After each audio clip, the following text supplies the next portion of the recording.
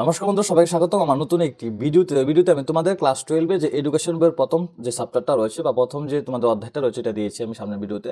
তো এই ভিডিওতে তোমাদের দ্বিতীয় যে অধ্যায় রয়েছে অর্থাৎ মহান পাশ্চাত্য শিক্ষাবিদগণ, এই অধ্যায় থেকে আমি তোমাদের একের মান আর বাকি কোয়েশ্চেনগুলো আমি এখানে দেবো।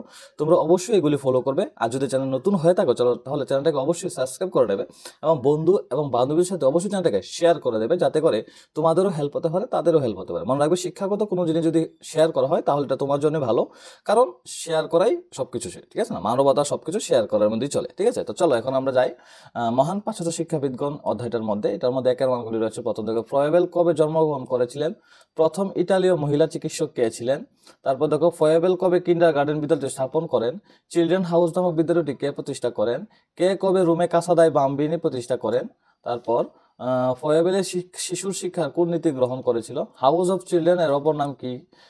কিন্ডার গার্ডেন শব্দের অর্থ কি? শিশুর স্বাধীনতাকে প্রথম ও শেষ বলে গুরুত্ব প্রদান করেছে কে? শিশুকে শিক্ষা দিতে হলে প্রথমেই তার ইন্দ্রিয়কে কিসের সঙ্গে প্রশিক্ষণ দিতে হবে? শিক্ষণ পদ্ধতিতে স্বাধীনতার নীতি বা প্রিন্সিপাল অফ ফ্রিডম প্রয়োগ করেছেন কে? ফয়েবেল কিভাবে শিশুদের শিক্ষা দেওয়ার কথা বলেছেন? ঐক্য ও সুখ সামঞ্জস্যের শ্রেষ্ঠ উদাহরণ কি? প্যাটসালস্কির মতে শিক্ষা কি? কিন্ডার গার্ডেনের প্রবর্তক কে? এটা আসবে। কে বিদ্যালয়কে এপিটমি অব দ্য ওয়ার্ল্ড বা বিশ্বের ক্ষুদ্র সংস্করণ বলেছেন? মারিয়া মন্তেসরির মতে শিক্ষার লক্ষ্য কি? দ্য এডুকেশন অফ ম্যান বইটির লেখক কে?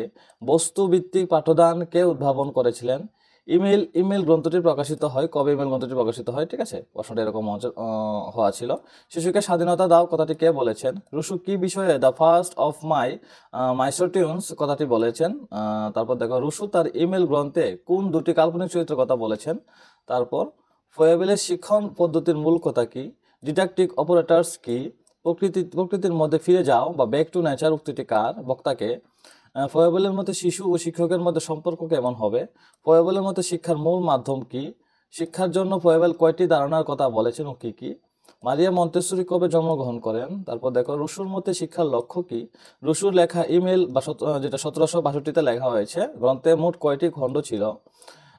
ওথেলো নামক গ্রন্থটি কার লেখা? আধুনিক শিশুকেন্দ্রিক শিক্ষার জনক কে?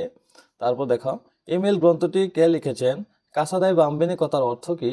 তারপর discuss on the arts of science হবে এটা, গ্রন্থটি কার লেখা? ফয়েবেলের মতে শিক্ষার লক্ষ্য কি? দেখো, এটা থেকে তোমার 3-4 মানে আসবে, তো তোমরা দেখো ওখানে রয়েছে।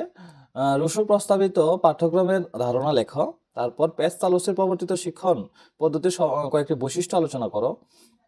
শিক্ষায় রুশোর অবদান সম্পর্কে আলোচনা করো। খুব সুন্দর কোশ্চেন। তারপর দেখো, মন্তেসরি শিক্ষার পদ্ধতি ও কিন্ডার গার্ডেন শিক্ষা পদ্ধতির সাদৃশ্য বৈশিষ্ট্য মানে পার্থক্য এবং সমানতা মানে যে থাকে একটা, তোমরা এটা তো অবশ্যই নিয়ে নেবে এখানে।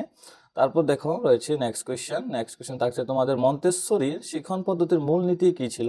আলোচনা করো তা। ফয়েবেলের মতো শিক্ষকের ধারণা কি? তারপর তোমাদের থাকে পরের অধ্যায় শিক্ষার মনোবিজ্ঞানের দিকসমূহ। তো এই ভিডিওটা এতটুকু পর্যন্তই। তোমরা খুব সুন্দরভাবে দেখেছো। প্রশ্নগুলো যদি পারো তো তাহলে খুব ভালো, আর যদি না পারো ভিডিওটা পজ করে